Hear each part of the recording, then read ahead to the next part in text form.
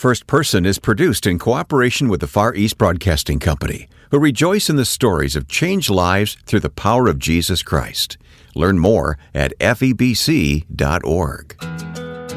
I'm reminded that the Spirit of God is the same everywhere in the world. He works. The culture's different. The language is different, but the work of the Spirit is the same, and the power of the Word is the same no matter where you go in the world.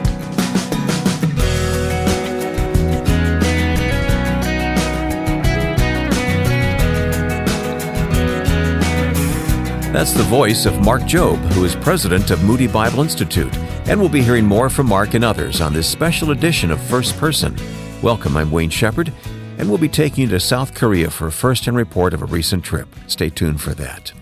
Last week, you met Dr. Billy Kim, the Korean pastor and evangelist, who also is the leader of the Far East Broadcasting Company in Korea.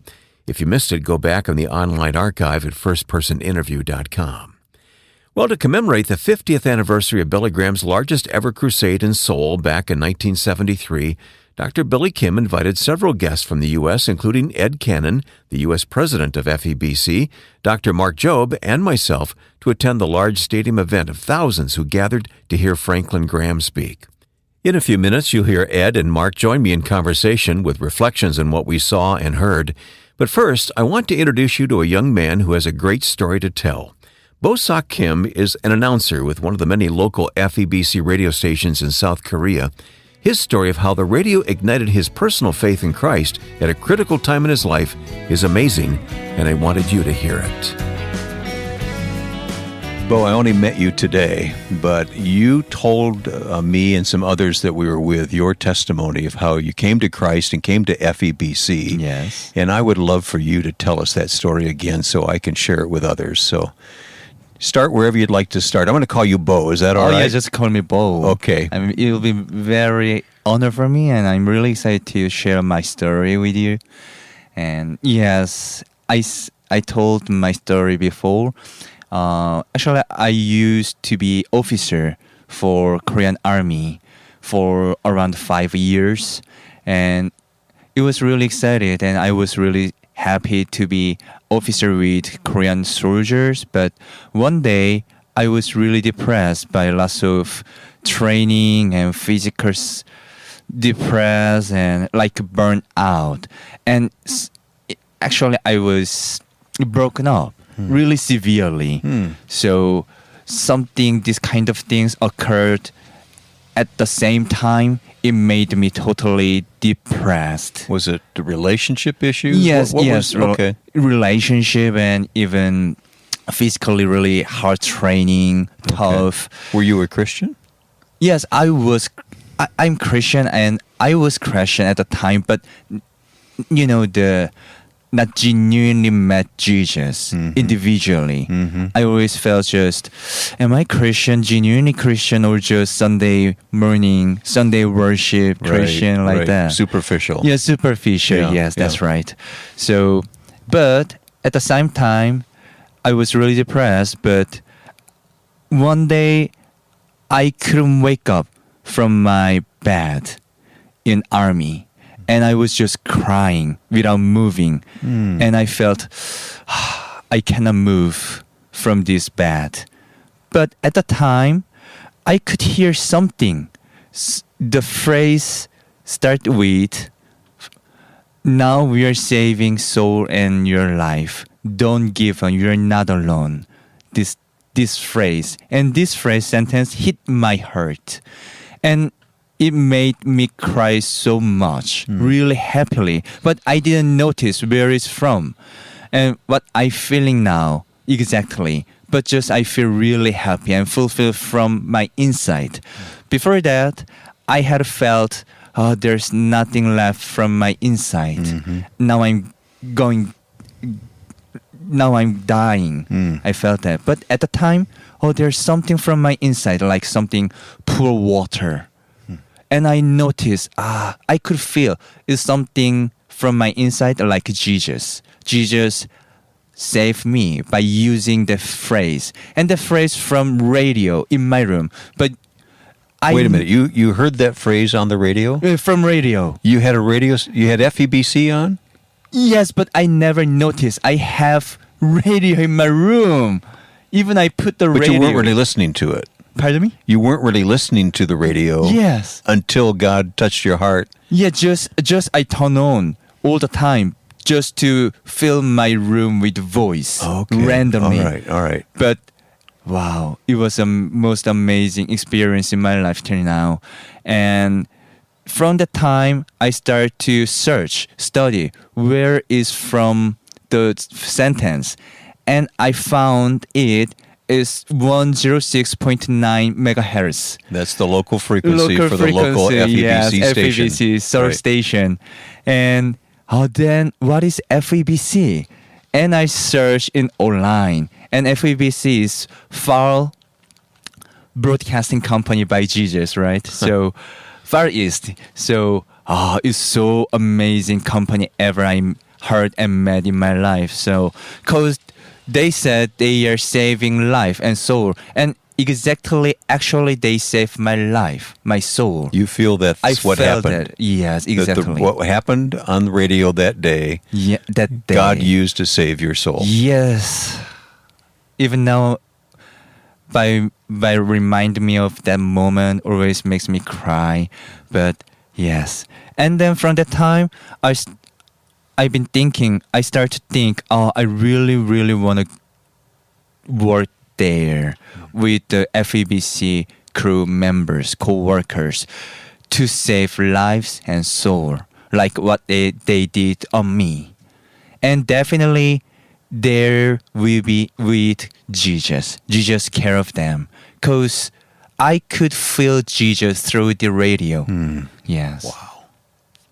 So from the time I decided to discharge from the army as an officer, and then how can I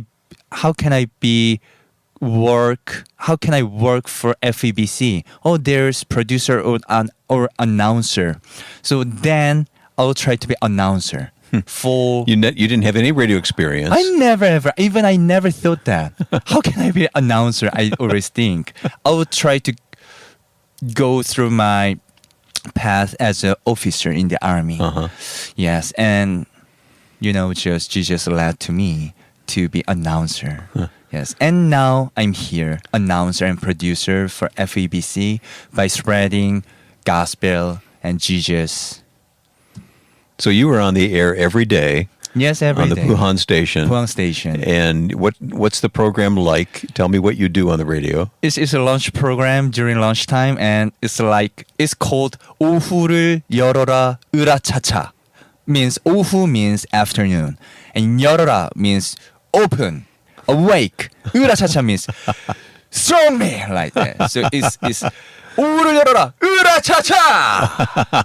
That is. So you do that with enthusiasm just at lunchtime to keep people awake. Yes, yes. We all get a little sleepy at that time. Yes, so. during having the lunch, other people, without having lunch, I always do, but I'm really happy. So you share with listeners, you share the scripture with listeners, and do you play music? I'll play music and the hymn, but my guest is singer and gospel singer, and they always share the story of background of the hymn, this kind of things. What kind of feedback do you get from listeners? Do you enjoy hearing from listeners? Yes, and the feedback they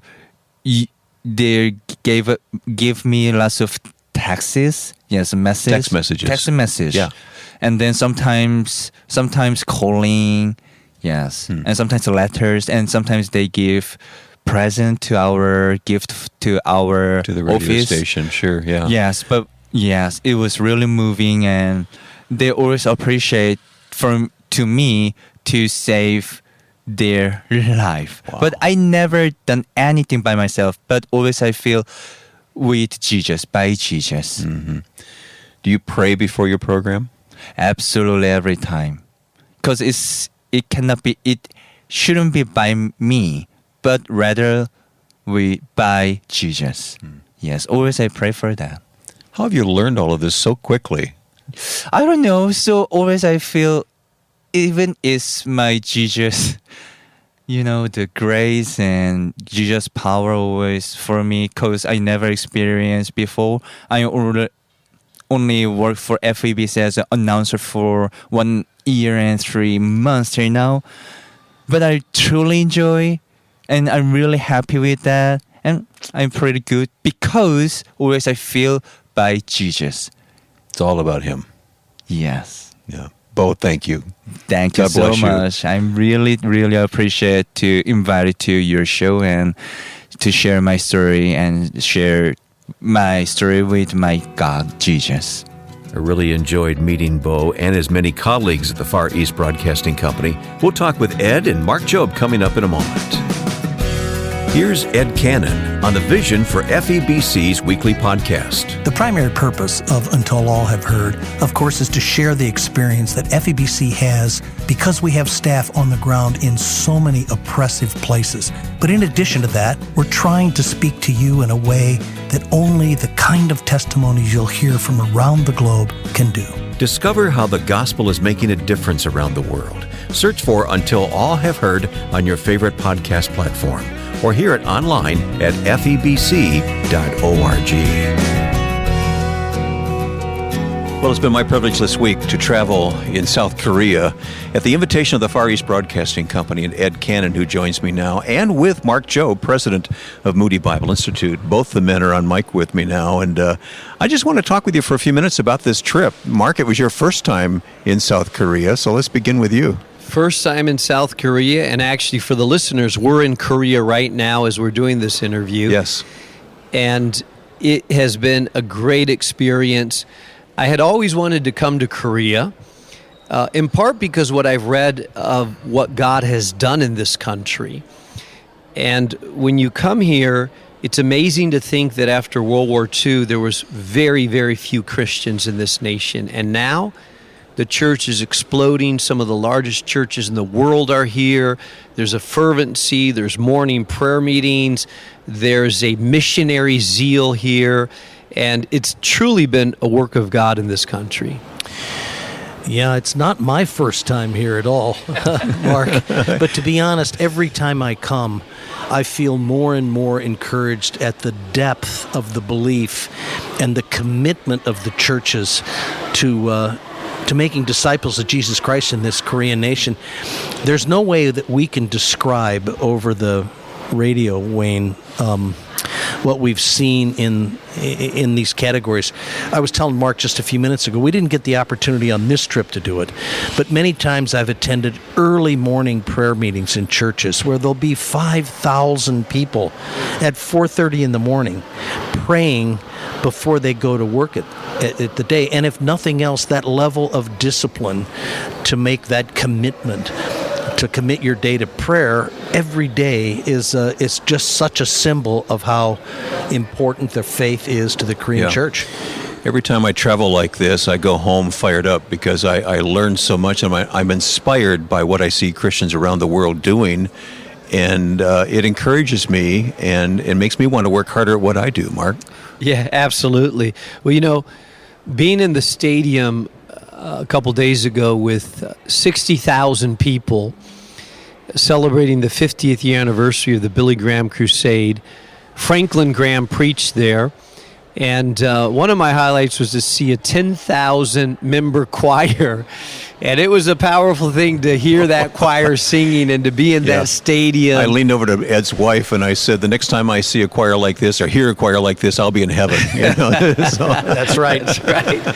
It sounded so good. And then obviously to hear Franklin Graham's message with an altar call at the end, which was important, and about over 6,000 people came to Christ. So it was a powerful experience. Yeah, I guess we should explain, Wayne, that event that Mark is talking about, the 50th anniversary of a crusade that Billy Graham did here in Seoul, Korea in 1973, where Billy Kim, the FEBC chairman now, was his translator. And the stories they tell about the number of people and the level of Christian revival that came across Korea after that event, more and more stories. So it's our prayer that not only those 60,000 people in the stadium, but the other 30,000 that didn't get in because there wasn't any seats left, and the 250,000 who were listening on the radio and Online, watching on yeah. television. It's our prayer that this would make a similar difference and that commitment to Korea would come. You both had the opportunity to preach in Korean churches while we were here. We were here over a weekend, and which included a Sunday, of course. And Ed, I was with you as you preached, and Mark preached a couple of times as well. Talk about the experience. What was that like? Let's just be clear. Ed preached 3 times. I preached twice. So, Okay, all right. Was it a competition? I didn't realize that. No, it was a perseverance event where preaching 3 times in one day is really a challenge. I have a much deeper appreciation now for pastors who do that sort of thing Mark, regularly. I told Ed that I was present for each of his messages. I could give the message now. So Maybe not as well. But not as well. No, not I nearly felt as well. bad for Ed too, because but when he was preaching, it was about probably 4:00 in the morning our time. So it was, but it was a great experience. And the translator that we had, he was very dynamic. And I always worry about the translator because sometimes you lose, but this guy kept right in step. And I felt I had an opportunity to pray for multiple people after the messages that God had touched. And so I'm reminded that the Spirit of God is the same everywhere in the world. He works. The culture's different. The language is different.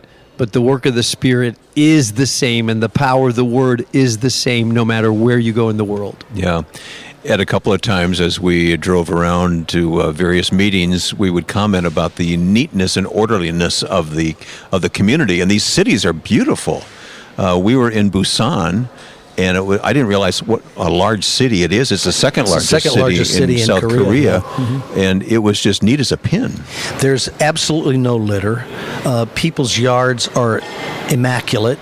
People's cars are immaculate. There is no homeless population here that's evident to anyone. At least it wasn't evident on the street to us. And I certainly believe that speaks to just the level of discipline in their lives, not just on their Christian faith, but of course everyone here lives that way. It is a different feeling being in Korea than being anywhere in the United States, and I really love it. I think I've had the Korean barbecue 5 times since I've been here. Yes, I can attest it was exactly 5 times. Yeah, and it's delicious and we love it, but I'm maybe looking forward to some spaghetti or something like that. And we've been inspired by the leadership we've seen from the top on down. We've had such great servant leadership by those who have served us while we're here. Yes. From our drivers all the way up to Dr. Billy Kim. Talk about the leadership that you've seen, Mark, and the passion they have to reach people for Christ. You know what struck me is that there has been gospel penetration even to the high levels of government. And I met several government officials, workers, the head of all of the police, 20,000 police here in Korea, all of them who seem to have at least a God consciousness and a willingness to participate in Christian activity, which tells me that, it's the gospel has penetrated every level of society.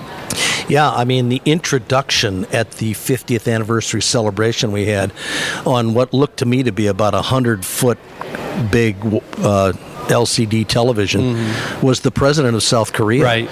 He gave a very gracious invitation to everyone who came to the event, and it appeared in his language, Mark, that he was really a Christ follower. Yeah. His language was crystal clear. He obviously referred to the gospel several times.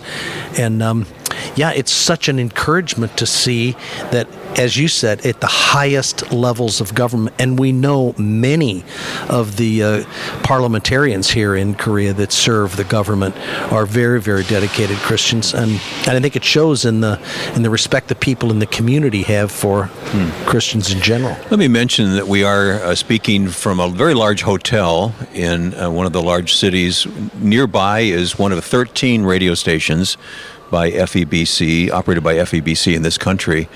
And there is a steering committee meeting going on right now. When I say steering committee, I think of, a dozen people. There's 1,100 people in the room upstairs. Yeah. And we snuck out because they're speaking Korean and we wouldn't understand it anyway. But it was something to be a part of that meeting for part of the day today. And to see, these are people who are supporters and actually guiding the ministry, 1,100 of them to operate 13 radio stations.